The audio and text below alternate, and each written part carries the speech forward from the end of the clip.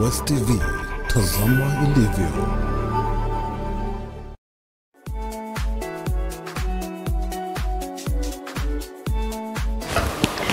Karibu tena mtazamaji, tumeingia kwenye awamu ya pili West TV Staff Tie, awamu ambayo tunahusisha viongozi wa kidini katika masuala ya taifa. Tayari tuna mgeni wetu ambaye si mgeni kwa sote sisi, lakini mgeni kwa wale ambao wanatutazama kwa mara ya kwanza. Kwa hivyo kwa manufaa ya wale ambao tunajumuika nao mara ya kwanza kwenye West TV Staff Tie, tumpe nafasi mgeni wetu, tujue ni nani, kutoka wapi. Halafu moja kwa moja tuangazie swala ambalo tutakuwa naangazia leo kwenye awamu ya pili ya West TV Staff Tie. Karibu sana Askofu. Asanteni sana Winnie. Kwa majina yangu naitwa Bishop David Walugu, kiongozi wa makanisa ya Nehemia, na pia kiongozi juzi nimeteuliwa kuwa mwenyekiti, naibu mwenyekiti wa maaskofu katika wilaya ya Bungoma. Naam, congratulations. Asanteni sana. Najua kwamba kama kiongozi wa kidini na majukumu yanapozidi kuongezeka kwako pia, mambo mengi pia yanakusubiri askofu. Kabisa. Na miongoni mwa mambo ambayo yanakusubiri pia ni kuweza kuona kwamba kule ushauri katika uongozi wetu wa kitaifa. Manake kama viongozi wa kidini mna play a major role. Kuna kwamba taifa linakuwa na amani, linakuwa na utangamano, linakuwa na maadili ya kitaifa. Kabisa. Lakini katika siku za hivi karibuni tumeweza kushuhudia vurugu katika hafla za matanga. Na ni swala ambalo linajirudia. Na ni swala ambalo tunakuwa na hofu kama Wakenya kwamba huenda likajirudia mara kadhaa katika hafla kama hizo. Asante sana Winnie. Ningependa kuchukua fursa hii kusema kwamba hilo jambo limekuwa la kusunisha sana kwa mioyo ya watu, kwa sababu matanga ni jambo ambayo ni sehemu ya maisha ya watu, ambayo ya maisha ya ulimwengu ambayo inaheshimika sana, na ni sehemu ambayo mtu anatoa moyo wake kuomboleza pengine aliyempenda sana. Lakini sasa tumefika mahali ambapo tunaona watu wanasiasa wetu wanaenda kwa matanga, lakini hawaendi matanga. So wanapoenda kwa matanga wanaweza fanya chochote kule kwa matanga, lakini kama wangeenda matanga wangehusika na usuni ambao watu ambao wanaomboleza wako ndani, wangeangalia uchungu na pia wangehusika katika matanga hayo. Naam, unakuta kwamba wakati viongozi wetu wa kisiasa wanapoenda kwenye hafla za matanga, mara nyingi wanakuwa na wafuasi, na wafuasi wengi wanaoandamana na wao kwenye hafla za matanga ni vijana. Kwa hivyo unakuta kwamba wale vijana pengine si mapenzi ama matakwa ya kiongozi aweze kuona kwamba kuna vurugu, lakini wale vijana mara nyingi wanaoandamana na wao wanakuja wakiwa pengine they are not in their sober mind, wengine wametumia vileo, wengine wanakuwa ni vijana wetu ambao sijui ile maadili imeenda wapi, ni kama ukosefu wa heshima katika jamii. Kwa hivyo unakuta kwamba wanazomea viongozi wengine katika hafla za matanga, wakati mwingine hata wanaleta hasara katika zile hafla za matanga. Unajua ni uchungu sana kuona ya kwamba matanga, wakati watu wako katika huzuni, na viongozi wetu wanatumia fedha ambazo zinapaswa kufanya kazi ya kuendesha nchi, wanatumia hizo pesa kuharibu watoto wetu. Kwa sababu ukiwanunulia madawa, ukiwanunulia pombe, mifinyo mbalimbali, kwa sababu unataka kushabikiwa katika matanga, hiyo ni njia moja ya kuharibu fedha ya wananchi, na pia ni njia moja ya kuharibu watoto wetu. So udu katika ndani ya viongozi haupo tena, na kuchukua njia mbaya ambayo wanataka kutumia kukaa katika uongozi. Lakini tunaomba ya kwamba waache chini, waache hiyo tabia ambayo, kwa sababu hao sio ndio waliopewa mamlaka katika matanga. Mtu aliyepewa mamlaka katika matanga ni kiongozi wa dini peke yake, ndiye amepewa lisensi ya kusika mtu. Kwa sababu kama hao viongozi wetu ambao wanatutawala wana nafasi kubwa sana ya kufanya mikutano zao, ya kuandaa mikutano zao, hizo pesa wanataka kutumia, kwa sababu wengine wamesiiba, wengine wanapata katika njia rahisi. Wangetumia hizo pesa kuandaa mikutano yao, kutuambia ajenda yao ya kuendelesha nchi. lakini si kutumia fedha ambayo inapaswa kufanya maendeleo, kujenga barabara, kuelimisha watoto wetu, alafu inatumika kwa njia mbaya kuharibu vijana wetu. maadili ni mbaya na hainaletwa na viongozi wetu.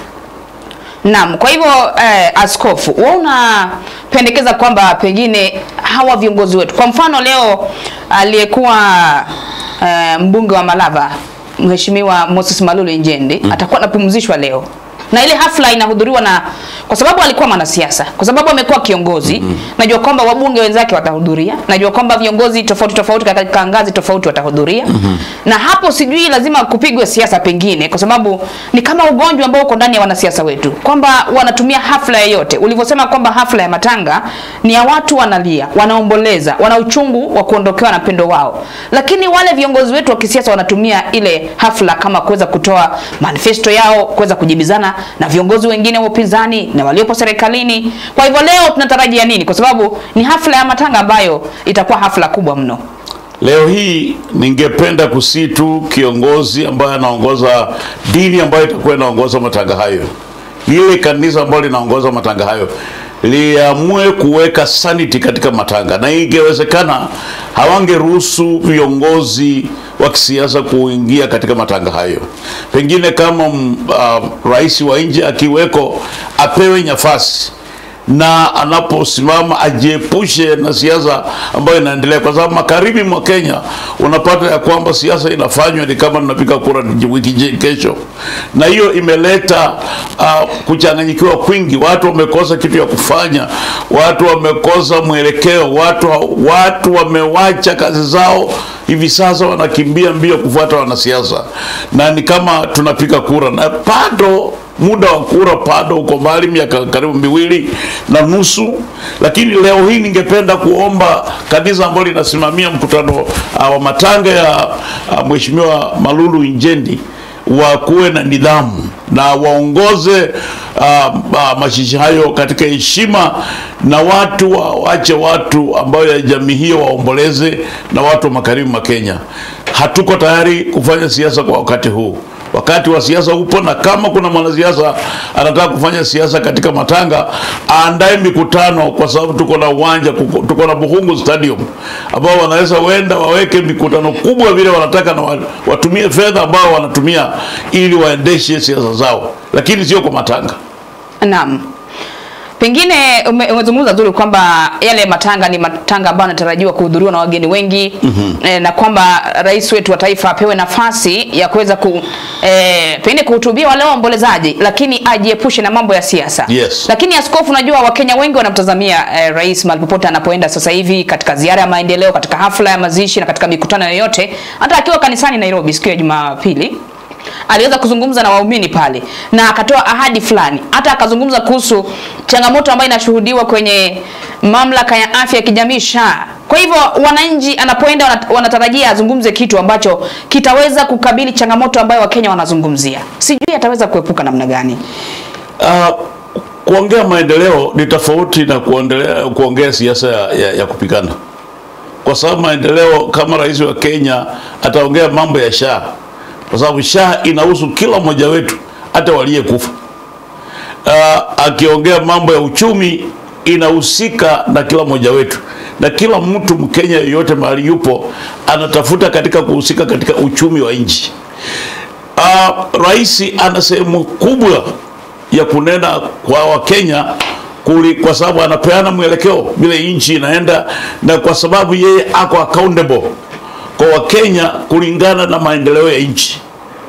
Lakini siasa ambayo tuko naongea iko tofauti sana na agenda ya kuendelea kwa nchi. Siasa yenye wanasiasa wetu wanafanya ni siasa ya kuharibu, na hao pia ndio wanafanya rais anaonekana kuwa ana kasoro. Sio ati kwa sababu rais ana kasoro, ni kwa sababu ya wanasiasa ambao wamepewa nafasi ya kunena mambo yasiyoleta amani na uwiano katika nchi yetu ya Kenya. So na wanatumia wrong forums. Forum ya matanga sio ya wao kuja kufanya siasa. Tungependa kuomba kabisa forum ya matanga ipaki forum ya matanga, na mambo ya matanga iendelee kufanywa kulingana na maandalizi ya matanga. Forum ya kisiasa nilikwambia kwamba wako na sehemu kubwa ambao wanaweza enda kwa stage ya Kakamega na wafanye siasa na waende. Wanaweza enda wakodeshe stadium na wafanye ziara zao, na watu wakuje maelfu hata kuliko wenye wamekuja kwa matanga, kwa sababu wako na pesa nyingi ya kupeana kwa watu, na watu wakuje na waongee mambo yenye wanataka kuongea na waende, lakini wasikeuze matanga wakati wako katika usuni, because funeral is a sacred kulingana na community na yoyote katika dunia nzima, na inapaswa kuheshimiwa kulingana na sagrity yake. Naam, na umezungumza vizuri kwamba wakati mwingine si wakati wa siasa, manake tuna miaka 2 na miezi kadhaa kuweza kufikia uchaguzi wa mwaka 2027. Kwa hivyo askofu, sijui kama ni wakati mwafaka ambapo hawa viongozi wetu wa kisiasa ndio wanafaa kuzungumza kuhusu mambo ya siasa. Sijui kama ni wakati mwafaka kwamba kiongozi wetu anapokuja sehemu fulani, kwamba anakuja sehemu fulani kuzindua pengine mradi wa maendeleo, sijui kama ni lazima azungumze kuhusu labda yeye atawania ugavana, atawania ubunge, atawania wakilishi wadi. Manake sasa hivi angazia masuala tofauti na tunaona baadhi ya wale ambao wanajitokeza kwamba mimi nitawania kiti fulani, mimi nitawania kiti fulani. Sijui kama ni wakati mwafaka wao kuzungumza kuhusu kuwania kiti fulani, wakati wa Kenya waliochagua wanatarajia miradi itekelezwe na hakuna mradi ambayo imefanikishwa katika maeneo tofauti ya taifa. Ikiwa ni mkutano wa siasa wanaweza fanya hivyo, lakini sikuja kuendeleza agenda yao kwa matanga, kwa sababu matanga nilikwambia is a sacred place na lazima iheshimike. So kama hao wanataka kutangaza viwango ambao wataenda kung'ania katika siasa ambayo inakuja, wafanye maandalizi yao katika forum zao na watengeneze mipango ya mikutano zao, naende watangazie watu huko, waende walipe pesa kwa media, waingie media, waambie Wakenya kile watakachofanya. Lakini unajua ukienda uanze kuchukua matanga ya jamii na unaikeuza inakuwa forum yako ya kuendeleza siasa zako, hiyo ni kukosa heshima, hiyo ni kukosa utu, kwa sababu ni kama ujali kwamba huyo mtu ameacha jamii hapo na hiyo jamii imehusunika, kwa sababu kuna watu ambao wanadepend kwa hiyo mtu ambaye amelala.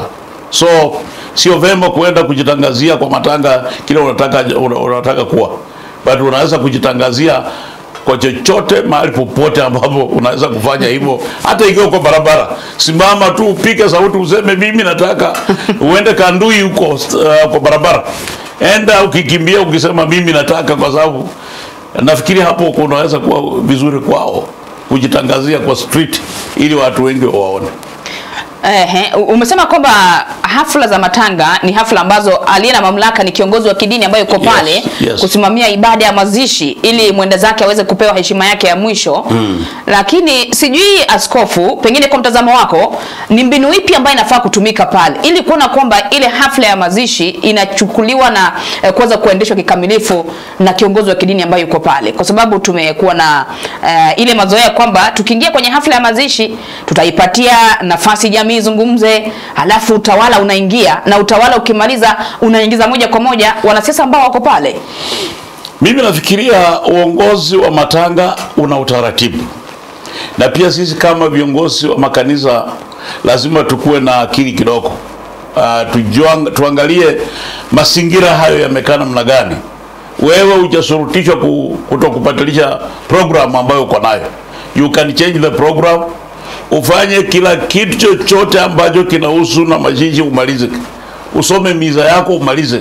Kama mwanasiasa akuje aongee wakati, kwa sababu ukimpa kama kila kitu kimeisha, yeye anaweza kuwa anaendelea kuongea na nyinyi mnapepa mwili mnaenda kuzika.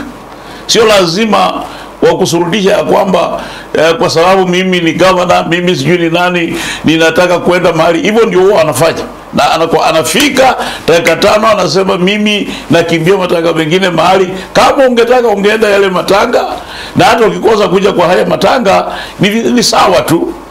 So kanisa likuwe na mipango mizuri ya kwamba you put your responsibility as a church. Kama kanisa, chukua majukumu yako, yafanye, yatimize. Kama kuna siasa itakuja, hiyo ikue kwa lakini isiwe ni kitu cha lazima katika matanga. Kama kuna kiongozi atasalamia, na pia apewe kipimo, na haambiwe jambo la kuongea. Kama hawezi kufuata, unakumbuka tukiwa katika matanga ya Bishop kule Lugulu, mwanasiasa mmoja alipoamuka na akaanza kuongea matusi, Bishop aliamuka na kuchukua microphone. Alipaswa akuwe discipline. So lazima pia tupeane mwelekeo kama kanisa. We must give direction. Tukiwaachilia hivyo, hao ni kama wamekunywa pombe imeenda kwa kichwa, and they're drunk with politics. They always want to talk politics. Lakini sisi kanisa lazima tupeane mwongozo kwa matanga. Na kwa hivyo kiongozi wa kidini ndiye asimamie pale, aseme kama fulani atapewa nafasi, wewe zungumza kuhusu maneno ya kuifariji jamii. Yes. Zungumza kuhusu maneno ambayo yanafaidi wa Kenya kama wapiga kura. Yes. Lakini mambo ya kurushia na cheche za maneno haifai. Kwa sababu unaangalia askofu anasema kwamba baadhi ya viongozi wetu ndio wameleta mgawanyiko miongoni mwa Kenya. Kwa sababu mimi ni kiongozi na naunga mkono upande wa upinzani. Kwa hivyo nikienda mahali nikipewa nafasi nataka kuchafua mtu mwingine ambaye yuko katika uongozi. Kwa hivyo kuna Wakenya ambao ni wafuasi wangu, ndio mimi kama kiongozi wa upinzani wataamini mambo yangu, na kwa kiwango kikubwa watakosa heshima kwa huyo kiongozi ambaye umemzungumzia mambo ambaye si ya kweli pengine. Viongozi wetu wameharibu nchi. Wameharibu nchi kwa sababu hao wanaangalia sehemu zao, lakini hawaangalii vile Wakenya wanapoumia. Hawaangalii vile Wakenya wanapojiendelesha katika maisha yao. Wameharibu nchi kwa sababu wanaleta mikawanyiko ya kisiasa katika vijana wetu, wanaleta mikawanyiko katika jamii zetu, na hata hao ndio wamekuwa chanzo cha ukabila katika nchi ya Kenya. Kwa sababu nilikuwa nasikiza wazee kutoka Bungoma hii wakiongea mambo ya kazi, kwa sababu wamefanya mkutano wakasema wako sehemu moja ya Bungoma County, na inapofika mkao wa kikazi, kwa sababu maybe a constituency moja iko na jamii kubwa, ni jamii fulani, hawataki mtu wa Bungoma apewe kazi kwa sababu hatoki katika, haongei lugha yao. Yeye pengine wanaona ni kwamba yeye anaweza kuenda sehemu fulani apate hiyo kazi sehemu fulani, lakini ukiangalia kitambulisho chake, yeye ni mzaliwa wa hapa. Yeye wazazi wake walizaliwa hapa, babu zake walizaliwa hapa, lakini kwa sababu amejipata katika community ambayo inaongea lugha fulani, inaonekana kwamba huyo mtoto hana haki hata kupewa pasari. So inaletwa na nini? Na viongozi na wanasiasa wetu. Kwa sababu wanasiasa wetu wanaita watu wao, wanaambia wanauliza huyu ni nani? Mbona jina hili Simiyu? Aende kwani anatoka wapi? Bungoma hii anaongea lugha gani? Lakini sisi wote tuko wapi? Tuko Bungoma. Tuko Bungoma. So unapata wanaweka ukabila hata kwa mambo ambayo haipaswi kuweka ukabila. Na kwa sababu ya hiyo ndio hao watu wametuletea shida nyingi katika Kenya. Kenya hii imemwaka damu. Kenya hii imeomboleza watu ambao hawakupaswa kuombolezwa. Lakini kwa sababu ya wanasiasa wetu wanaweka siasa mahali babaya, unapata ya kwamba nchi hii inaendelea kuwa na kuomboleza kwingi na kukosa heshima na kukosa kuaminiana, na unapata mambo mengi yanaharibika kwa sababu ya uongozi ambao tuko nao. Naam, jambo la msingi sana askofu umezungumza kwamba viongozi wetu wanaleta ule mgawanyiko baadhi yao kwa sababu ya kuangazia mambo madogo madogo ambayo hayafai kuwepo, badala ya kuzingatia ule uridhiano kwamba sisi wote ni wa Kenya. Yes. Taifa ni moja, sisi wote ni wa Kenya licha ya kabila na maeneo ambayo tunatoka. Sijui kama unahisi kama tume ambayo inashughulikia mambo ya maridhiano na utangamano wa kitaifa imeweza pia kufeli katika sehemu kubwa, kwa sababu tumewasikia baadhi ya viongozi wakisema maneno ambayo yanatishia usalama wa taifa, lakini hatua haijachukuliwa dhidi yao. Sijui ni nani amefeli ili kuona kwamba kila mmoja anawajibishwa katika maneno ambayo anazungumza ili asije kuwagawanya wa Kenya. Wewe nataka kuambia kwamba Kenya hii Kenya ni nchi nyingine inakaa ni kama shamba la wanyama, kwa sababu ukiangalia hakuna uhaki katika nchi hii, na wanasiasa ndio wamenyang'anya uhaki wa mwananchi wa kawaida. Kwa sababu ndio nakwambie, wewe leo ukifanya jambo na mtoto wa mtu fulani, bindi wa mtu fulani mahali fulani mkubwa afanye jambo lile lile, ni wewe utafungwa. Yeye hatafungwa, yeye watanyamazia. So unapata kwamba kwa ajili ya hiyo kuna watu wamepewa nafasi na wanaweza kuongea chochote, na wazungu wanaita untouchables. Why? Kwa sababu siasa imewaweka katika hizo viwango ya kwamba Kenya kuna mnyama yule mkubwa na kuna mnyama yule mdogo. Kuna mnyama ambaye anapaswa kuadhibiwa na kuna mnyama hapaswi. So Kenya ni shamba la wanyama wa ajabu sana.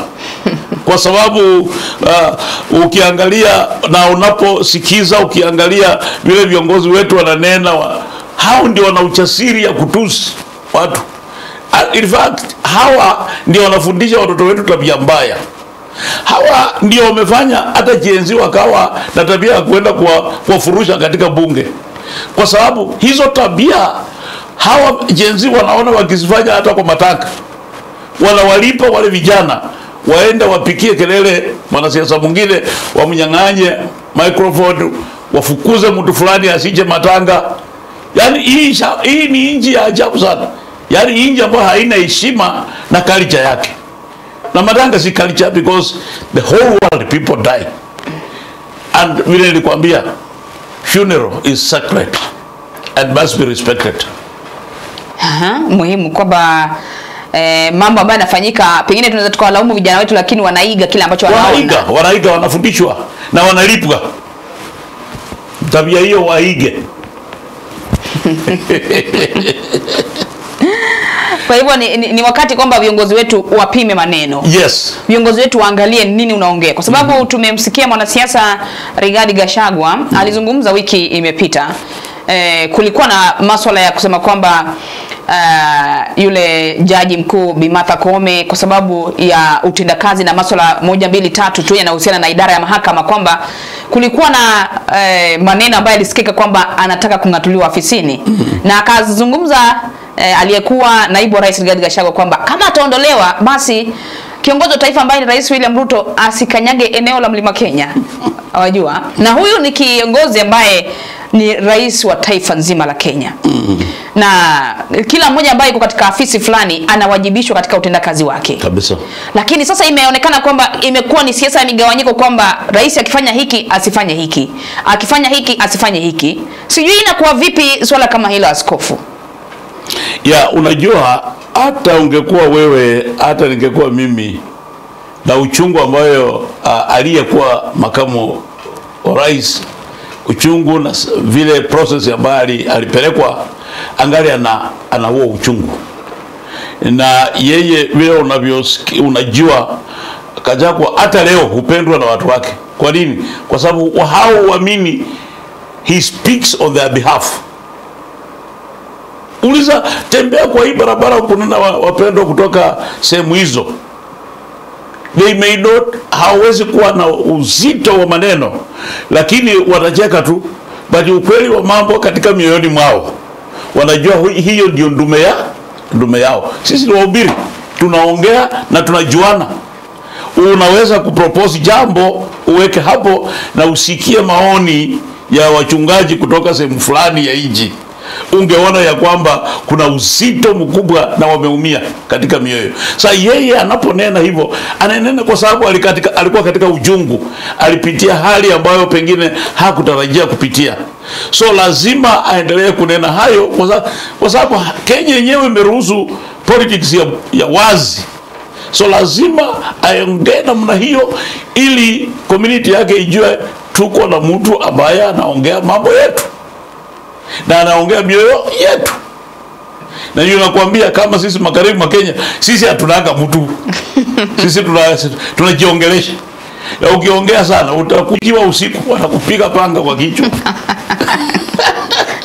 Kwamba eneo la magharibi halina mwakilishi kamili. Sisi hatuna.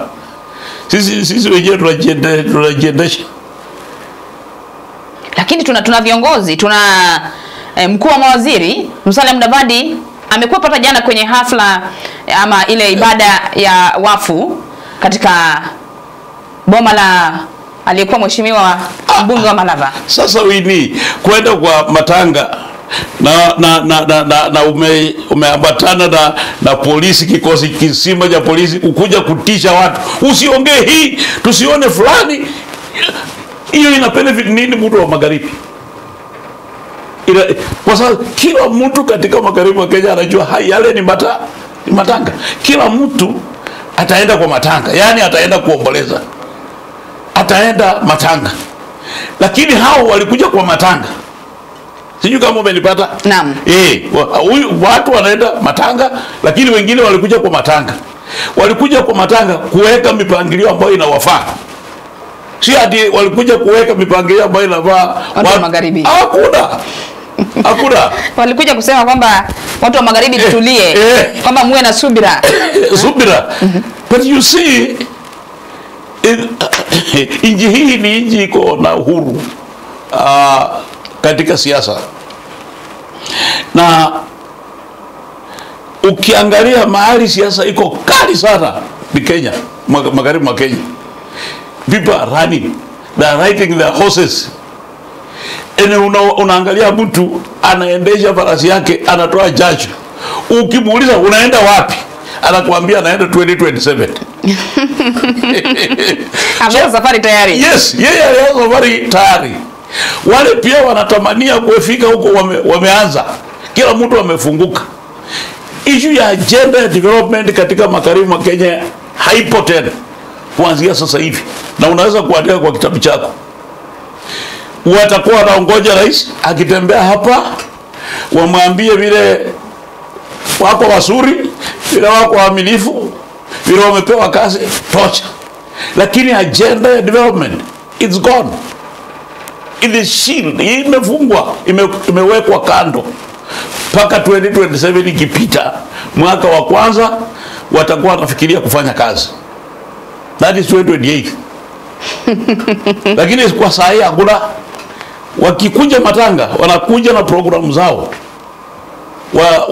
Waongee, wadhihaki wengine, wafrustrate wengine wameleta, wanasababu wanatumia pesa zenye wako nazo.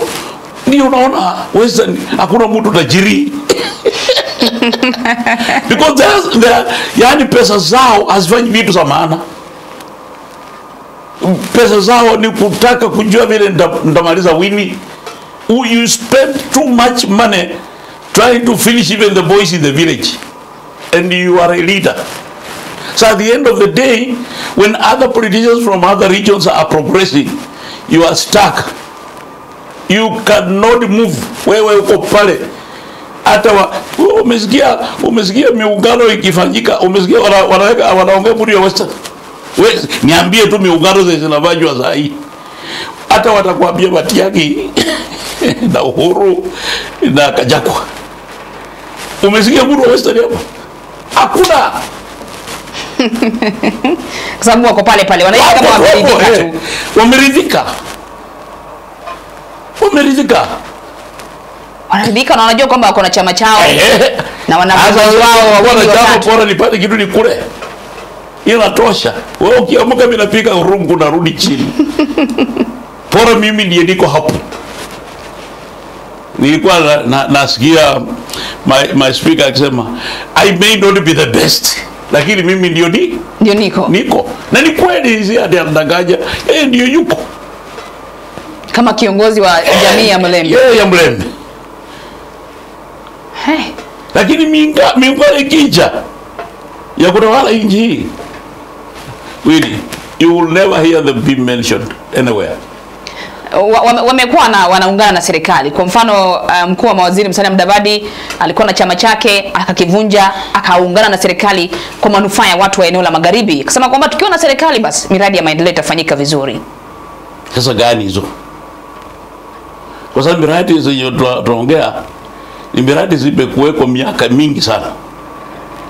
Pengine kwa sababu miradi unajua wakati wa Kibaki hizi miradi nyingi zina sema pengine Rais Ruto atusaidie kukamilisha miradi ambayo zilianzishwa na pengine na Kibaki. Hizo atusaidie na anatusaidia na nashukuru. Sababu stadium yetu sasa hiyo ukiangalia inaendelea. Airstrip huko kwetu wanafanya kidogo lakini sijui, lakini inaendelea. Barabara zetu kama za Brigidia wapi hatujui. Tulienda huko kama watumishi wa Mungu kuomba, tukasema hii pepo ambaye anasimamisha hii barabara atoroke kwa hii barabara. Tumeitangazia na tutarudi huko kwenda kuangalia kama imekarabatiwa. Tunarudi huko Kilaji, tunarudi huko. Nashukuru Mungu gavana wetu alikuja tukawa na yeye. We are claiming what belongs to us as Kilaji. Lakini kusema ati kuna jambo chipi ambazo tunaweza kushikilia na all these promises from our leaders, they are usual, they are normal, na zimekuweko even during Moi's time. They were there. Hawa viongozi wenye wako mbele saa hii walikuwa na Moi, walikuweko, wamekuwepo kwenye serikali zote ambazo walikuwa na Moi na walikuwa na position kubwa. Wamekuja kwa Kibaki walikuwa na position kubwa. Kwa Uhuru wamekuwa na positions hata saa hii wanazo. Wako nazo. So sisi kama watu wa magharibi tunaangalia tukiambia Mungu tusaidie. Pengine utupe nguvu, kile utakachofanya kwako basi kikusaidie na jamii yako, shukuru Mungu. Naam. But our leaders should have an agenda for our people. Wanafaa kuwa na malengo na mikakati. Yes, kwa watu wetu.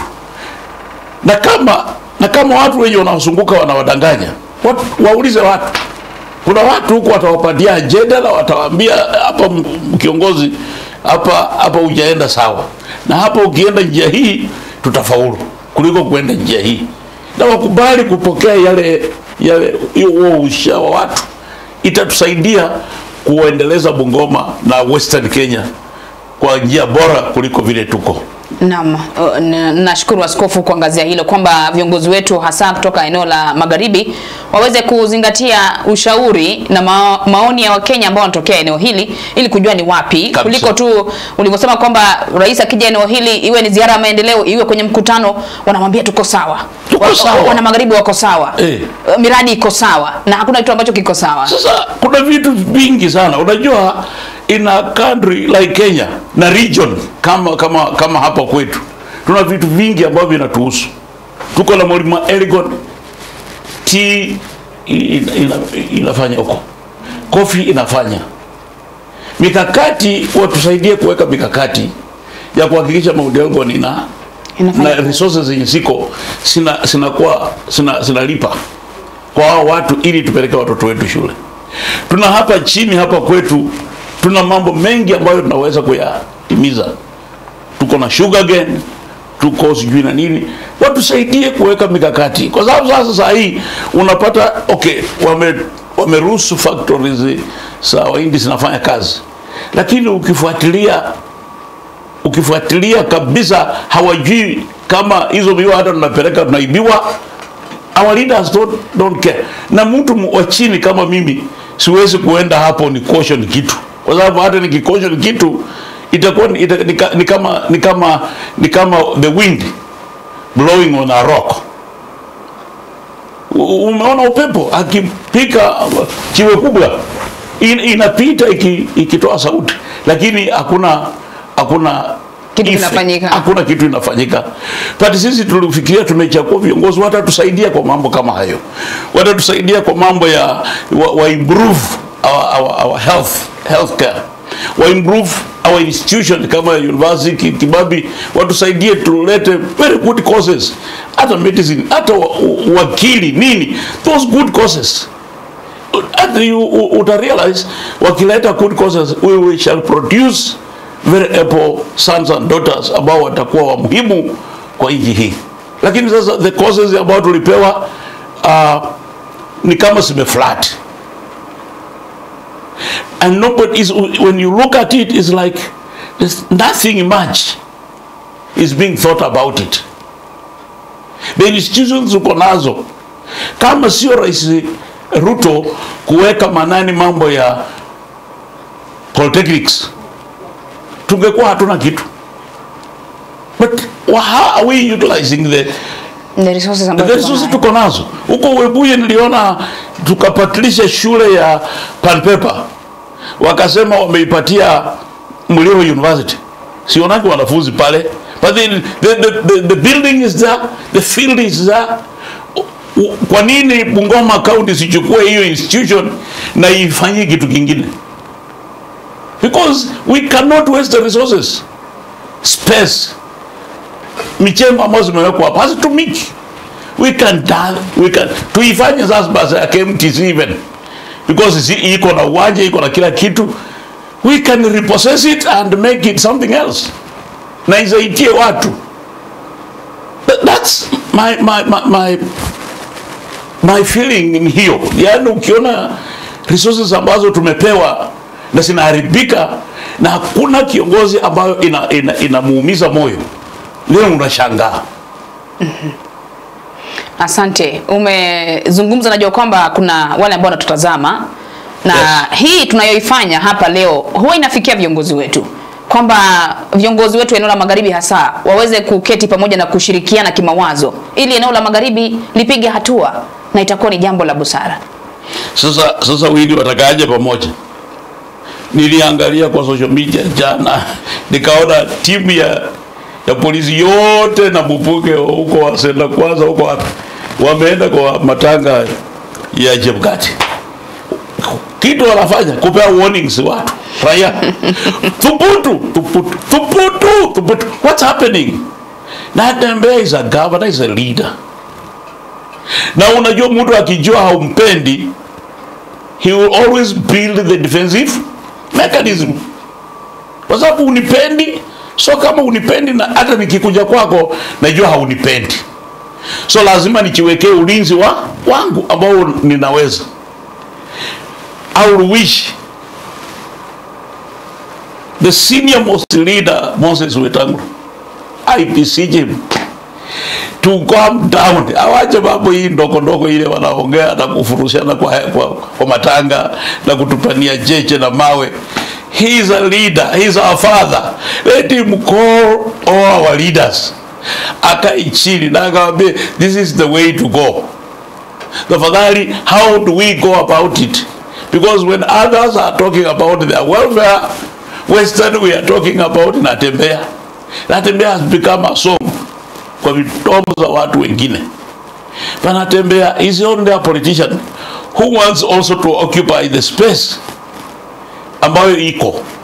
Na pia hao wenye wako pia wanataka waendelee kuoccupy hiyo space. And let me tell you something. Ruto is a very intelligent leader. When you are wasting your resources fighting an individual, yeye anaangalia the region. So Akiola Natembeya is more resourceful, because why should all the leaders come together just battling one? I would rather leave everybody and I go for the man with the strength, and that's politics. So they are making him more famous and popular. Sasa ningeomba tu Papa Weta asaje watu wake awakalie chini na waambie sisi tunapaswa kuweka mikakati yetu kwa ajili ya watu wetu wa magharibi. Na tutaweza anzia wapi? Tuanzie point tuende njia hii. Asiwaje watu waende kupigania kwa matanga, watu waanze kurushiana matanga, watu waanze kufukuzana. Niliangalia juzi, unajua mimi na ubiri huko Kakamega sana. Huko watu ati wanaenda kufukuza. Watu even some of them are very members of our churches. I can tell you. Mtoto analipwa pesa kidogo aenda shauti kiongozi. Na kiongozi ndio umelipa. Umepeana pesa, imeenda kwa mtu fulani, huyo mtu anaenda anachukua watoto kupiga tu kelele. Unaona, that's not as a clergy, I want to ask our leaders kuweka integrity, heshima katika uongozi wao. Itatusaidia, itatupa a different picture. Naam. Asante sana askofu kwa kufika kuweza kuangazia swala kama hilo kwenye usemi wa viongozi wa kidini, manake ni muhimu tena sana. Ni jambo la msingi kwa manufaa ya taifa letu. Na kwa sababu ya muda tuna dakika 2 pengine mtazamaji, alafu tumalize tuweze kupisha awamu ya 3 ya The Morning Scoop.